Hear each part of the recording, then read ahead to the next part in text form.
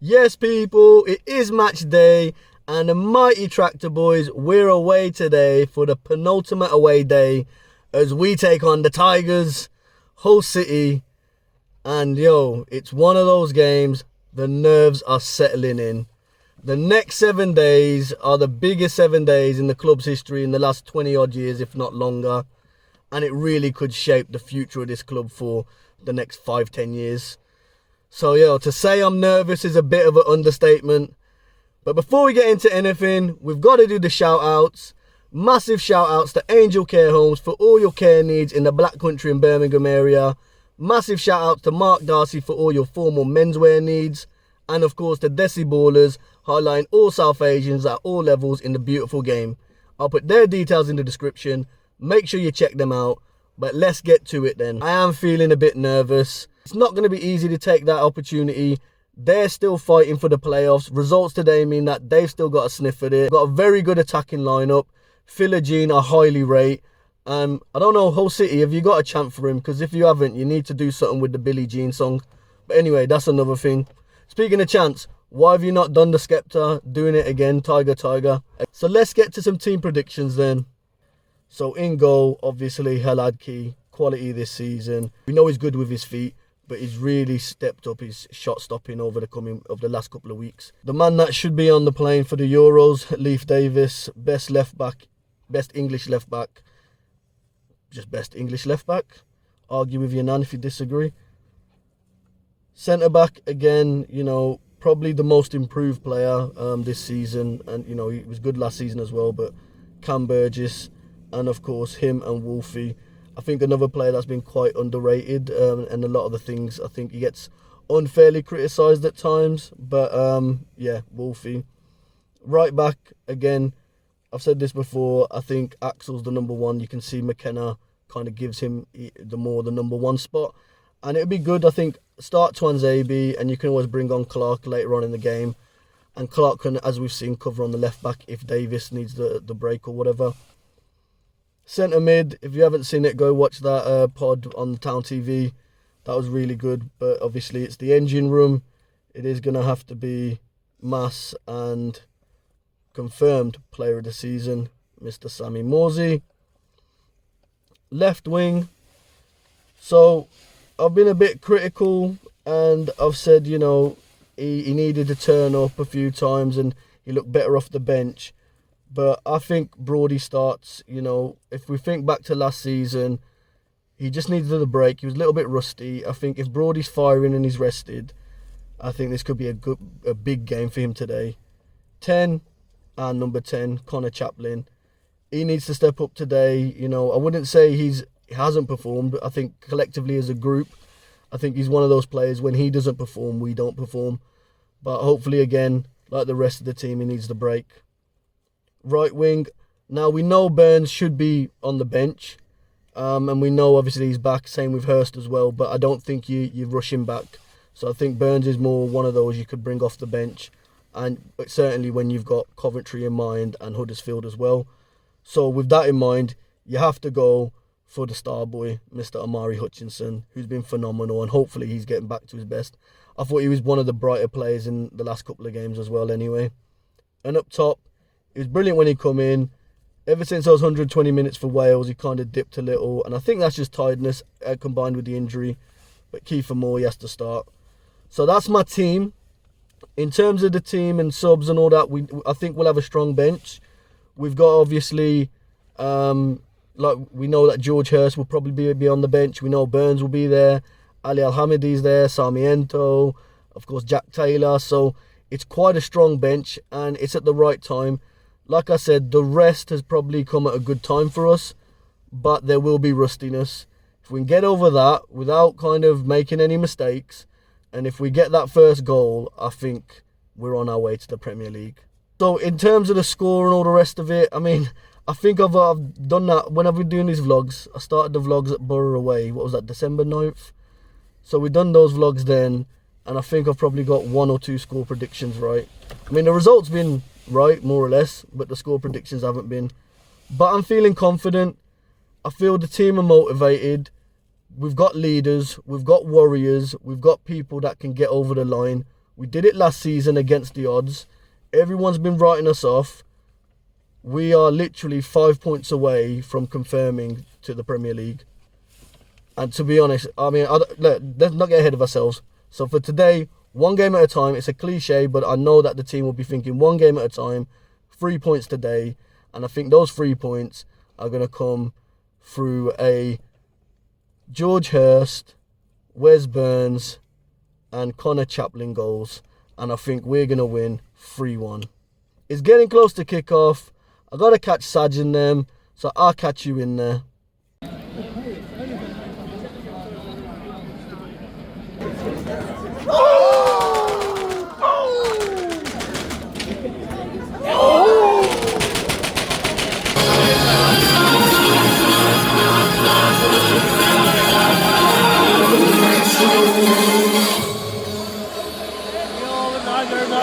E3 yellow and tiger.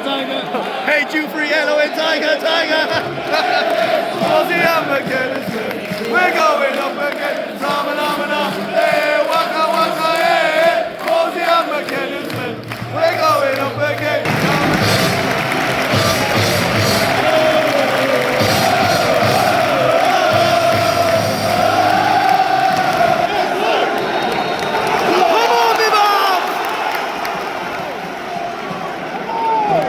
Come on, Sammy. Drive, Sammy. Shoot, Sammy. Oh!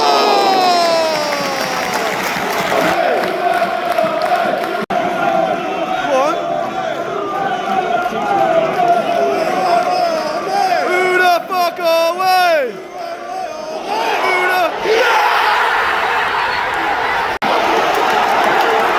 Come on!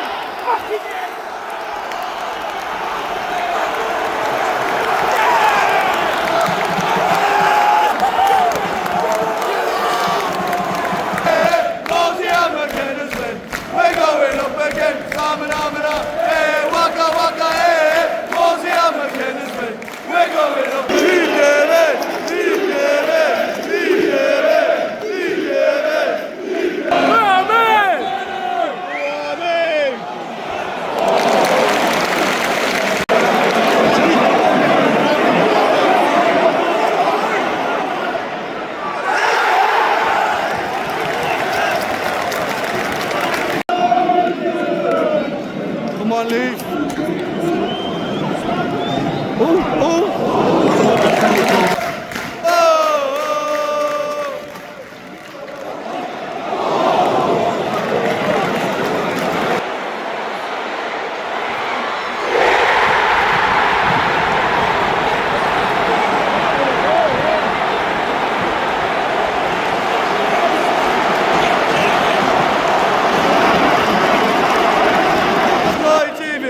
It's fucking shit.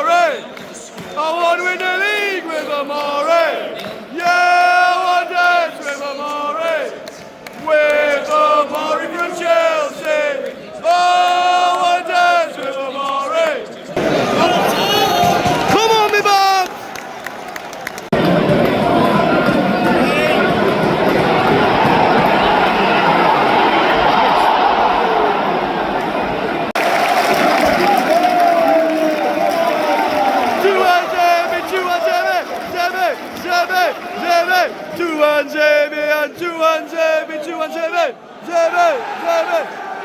Do him, Starboy. Ball, ball, pressure, pressure.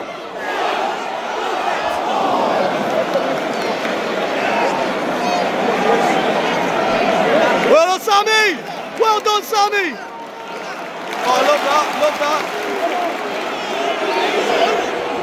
Yeah! For the Rogers Kingdom, we think it's fucking brilliant.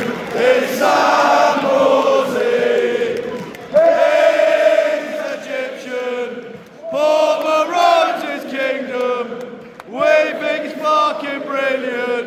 It's Sam Mosey. Get their first jappers, well done. Well done. Well done. Oh! Oh!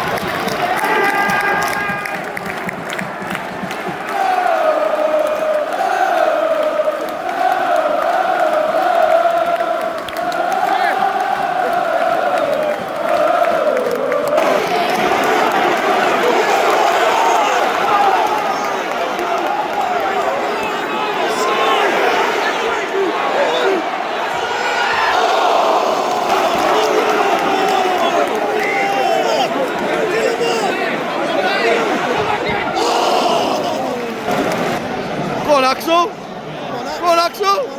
Go on, Axel! Oh!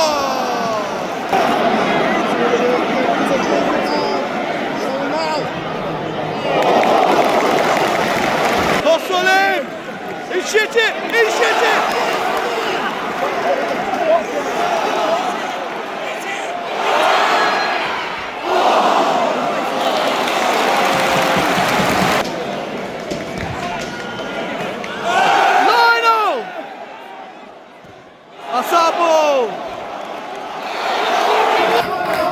Even the security vibing.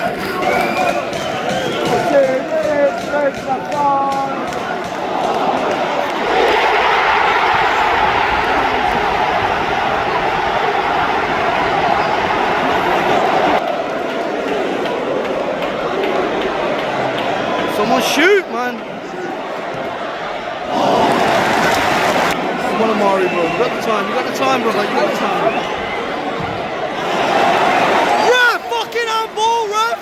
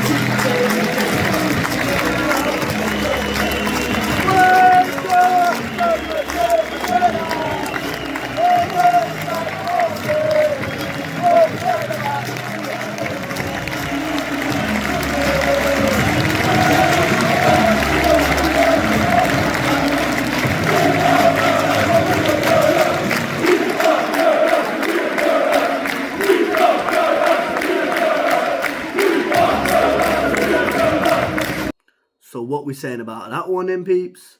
Before we get into anything though, remember I'm running that competition where once I get to 1,000 subscribers on YouTube, one of you lucky subscribers could win the signed blackout shirt. We did put a little time limit on it though. We did say we wanted to do it by the end of the season. So there's only 2 games left. And I think we're on about 700 subscribers. But, you know, looking at the stats, there's about 65-70% of you that watch the content don't subscribe. So if we maybe flip that into some subscriptions, then bang, that 1,000 is reached and one you get that top. So if you ain't subscribed, click subscribe. If you have already, then love to you, but tell your friends now as well. And I'll put the details on the competition in the description. Make sure you check it out. But let's get to it then. So I'm actually recording this Sunday morning because I kept flip-flopping on whether I felt this was a point gained or 2 dropped. You know, had we given Leeds a bit of a boost or was momentum still with us? And to be honest, after the dust has settled, you've had a little sleep on it, I feel it's a point gained. If I looked at the 3 fixtures, this was the hardest one. Hull had just beaten Cov midweek. The results at 3 PM had gone their way. It's the last home game of the season for them, so it's a packed stadium. They're going to be up for it. And their manager, he's a good manager, man. He sets them up well. To be honest, if McKenna ever leaves, and hopefully, I don't want to think about that right now, but he's the man top of my list, to be honest, to get the whole manager in. But that's a side note. We'll talk about that another time. So the first major talking point of the day was the lineup. How many of you saw that? Shout out the medical team, man, and the recovery team and all that, them people, because, wow. So yeah, man, that was a bit of a shocker, but a good shocker, man, and I guess the right decision, man. And then yeah, when we're in the ground, the atmosphere's going right. You know, someone asked me yesterday saying which was the best away atmosphere that I've been to this season, and I have to say Hull, man. So yeah, the atmosphere was going well, and we started off well, and even like the atmosphere in Hull, because obviously it's the last game and all the rest of it. Them man, so the Hull fans, they acted as their 12th man, and then we acted as our 12th man. And it's the reason that both teams left everything out there. Like, all 22 players plus subs left everything out there. So then our first goal, man, and what a goal. Burns and Hirst back in the team after their long injuries. Back cooking. Back like they ain't never left. And nice ball across. I thought Burns was bright. We'll get into the ratings later. And then Hirsty, man, he's that guy. He's that guy. He finds the back of the net, man. And then the equaliser. And we don't want to get into any blame games and all the rest of it. Some people say Vaz should have done better. Some people say Sammy should have done better. Either way, it's a mistake that we've made. It's our own mistake as a team. And they've punished us. And to be honest, after that point, they were growing into the game. The crowd was behind them. Like I said, that 12th man. And you were thinking, we need to get to half-time here, man. But Boy Omari had different ideas. He says, you know what? I'm not having this. I'm a star boy. Let me shine. Corner comes in, gets cleared. Wolfie, another player that gets a lot of critics, but again, intelligent, recycles it really quickly. And Omari says, you know what? Let me channel my inner Iron Robin. Let me just come in here, drop the shoulder, cut across, curl it, top bins. There you go. Thank you very much. What a goal that is. Omari Hutchinson doesn't score shit goals. Omari Hutchinson only scores bangers. But yeah, man, really good goal. Momentum's back with us and we're happy. And again, atmosphere's going. Even at half-time, people are just singing at half-time and chanting, and it's good spirits. But then second half come out and their gaffer, I don't know what he said to them, but they started like they wanted something, And like we said, they needed the win. And they were pushing us and pushing us. They made the subs, that Liam Delap. And I missed the goal, so apologies, Hull fans. I didn't get that goal on the camera. But, yeah, man, Liam Delap ghosts in between our defenders. Could argue, is that a mistake? Should we block the cross? Should our defenders do more? I think it's a bit of a combination of kind of our lack of concentration, but also credit to Hull and credit to Delap, man. That's what good strikers do. But then we ain't done. And we know we have that never say die attitude. And that was it. It was one of those where the subs come on. Sarmiento, I thought he did really well. And, when Sarmiento comes on one side, Hutchinson on the other, their link up, it almost feels illegal. Them two are just a joy to watch together. And he had a few chances, couple of shots at the keeper, couple of good through balls. And then one of them, I think we get a corner out of. And then the corner comes in. I think the first corner gets cleared by their man at the near post. Second corner gets cleared, but only as far as back to Leaf. And Omari says, yo, let me shine again. Let me do this. Part 2. You don't give Omari Hutchinson that much space around your box because he will punish you. And that's what he did, man. It was like deja vu. Went top bins on the first one. I'll go bottom bin in the second one. And he did it, man. Found a space. Wrapped his foot around it. What a finish. Like I said, Omari Hutchinson does not score shit goals. He only scores bangers. And wow. You know, so 3-2 with us. Let's see it out. But yeah, man, like again, I'm not gonna talk about is it Hladky's fault or defender's fault or whatever. It's a mistake. We should be doing better. Whether you say, you know, maybe Hladky could have held on to it or palmed it further elsewhere. You know, he's stopping the shot or whatever. But then why has their man got all the space in the box? There's that conversation. So either way you look at it, it's a collective mistake. But even then, after they scored, that's 87th minute. I think by the time we kick off again, it's 89 or whatever. And there's 6 minutes of injury time. So there's still 7 minutes to play.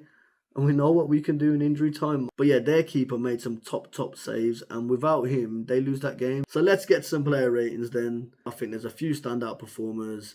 First one for me, he was contender for man of the match, Mr. Leif Davis. Back to his best. He'd had that illness before the break. And, you know, he looked... I don't want to say it affected him too much. But, again, fatigue. The whole team's got fatigue. And he plays a lot of football. You know, along with probably Morsey, I don't think there's anyone that plays a lot more football than them two. So again, good performance from him. Unlucky not to get assist. Very dangerous down that left wing, like we know he is, but defensively solid as well. So you know, like I said, contender for man of the match for Leif Davis. Another contender for man of the match, Mr. Sammy Morsey. Solid today. Like I said, we don't go a week without talking about how he's one of the best players on the field. He just dictated that midfield. He run with it. Defensively solid as well. Not afraid to get stuck in, as we know. And another game without a yellow card as well. Yeah, man. Credit to Sammy Morsey. Burns will tear you apart again. Yo, you couldn't tell the man had been out with an injury. And for like, if you think about his type of play, the explosiveness of it, you know, they're the things that might tweak another injury. But he was on it today, and I'm giving him that assist, man. I don't care what any goals panel says. You know, if it's just the fact that their defender did a swing and a miss, then nah, you got to give that assist to Burnsy, man. But he was dangerous. He was on it. But yeah, man, Burns was quality today. Hirst, things you love to see, man. George Hirst in Ipswich top scoring. You love to see it, man. Hirst was good. Love the fact he scored. He was on it, man. So, yeah, man, really, really good game from George Hirst yesterday. And then for me, and I guess Sky and most people, man of the match is one man and one man only. Starboy, Mr. Omari Hutchinson.